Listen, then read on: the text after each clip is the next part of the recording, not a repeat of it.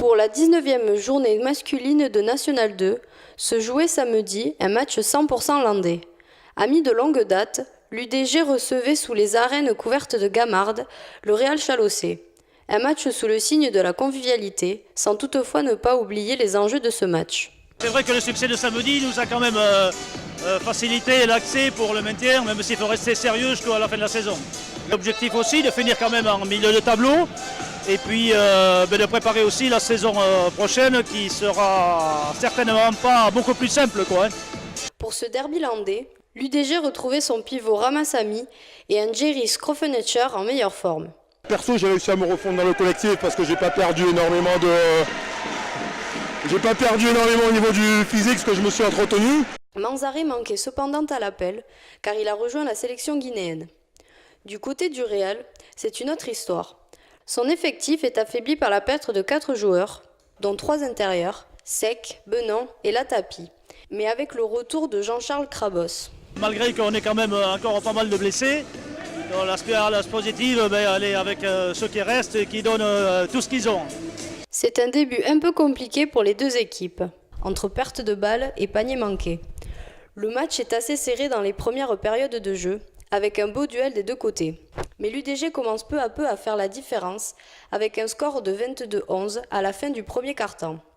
Le Real s'essouffle et perd du rythme. Il est en retard défensivement. Les joueurs enchaînent faute sur faute et les sanctions tombent. L'UDG impose son jeu. La différence se creuse, 36-19 à la mi-temps. Le meneur de l'UDG, Mathieu Lissalt, réalise un très beau match. Homme du match avec 17 points, il enfonce un peu plus les Bleus. Le Real n'est toujours pas dans le match. Il propose peu de solutions offensives. La différence se fait de plus en plus ressentir, 53-28 à la 30e.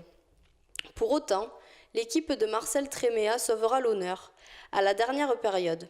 Les Rouges et Noirs perdent un peu en intensité, ce qui permet au Real d'avoir des occasions.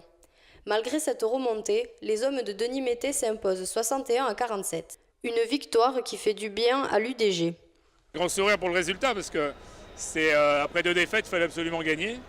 Je pense qu'on l'a fait, on a fait 3 très bons cartons en défendant le plomb face à une équipe qui est diminuée, il faut aussi le reconnaître, et qui n'avait pas toutes ses armes ce soir pour matcher avec nous. Donc on va se contenter de la victoire. Le dernier carton ne me plaît pas beaucoup, mais on fait un peu avec les moyens du bord, les joueurs qui reviennent de blessures, mais il y a eu quelques contre-performances individuelles qu'on doit régler. Malgré des résultats en dents de scie par rapport à des blessures, le club avance, et c'est ça le plus important.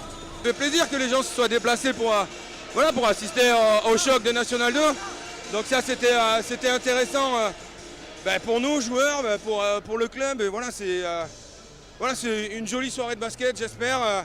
Il n'y a pas eu de grandes envolées, mais bon, ça a joué. C'est sous une ambiance explosive et une arène quasi remplie que le taureau udégiste renoue avec la victoire et prend la 4e place du classement. La semaine prochaine, le Real Chalossé recevra le leader toulousain.